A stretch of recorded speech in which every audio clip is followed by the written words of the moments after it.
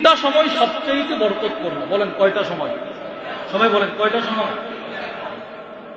পাকিস্তানের একজন বড় আলেম আছে, মাওলানা ইবাদুল্লাহ খান সাহেব, তার অনেক সুন্দর সুন্দর বয়ান, এর ভিতরে একটা বয়ান আমি শুনেছি। তিনটা সময়, এক নাম্বার তাহাজ্জুদের সময় থেকে ফজরের আজানের আগ পর্যন্ত, এই সময়টা সবচেয়ে বরকতপূর্ণ।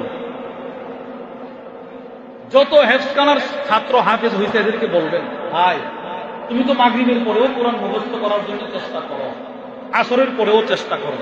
আচ্ছা, তুমি যখন হুজুর ডাক দিয়ে ঘুম থেকে জাগ্রত হও ফজরের আগে, ওই সময় যখন তেলাওয়াতটা করো তোমার কাছে কেমন মনে হয়? তো সে বলবে, জানেন কি, আপনি নিশ্চিত লিখে রাখেন, প্রত্যেক হেফজখানার ছাত্র আপনাকে বলবে ওই সময় সারাদিন যে তেলাওয়াত করছি যত পেস লাগতো, ফজরের সময় ঘুম থেকে ওইটা একবার পড়লে পানির মতো ক্লিয়ার। এই তো পরিমাণ বরকতের সময় ওই সময়। তাহলে এক নাম্বার তাহাজ্জুদ থেকে ফজরের আজানের আগ পর্যন্ত এই সময়টা কি না বলেন সবচেয়ে বরকতপূর্ণ? বলেন আমার, বলেন সবচেয়ে। দুই, ফজরের আজান থেকে ফজরের ওয়াক্ত শেষ হওয়ার আগ পর্যন্ত, ফজরের আজান থেকে ফজরের ওয়াক্ত, এটা দ্বিতীয় বরকতপূর্ণ সময়।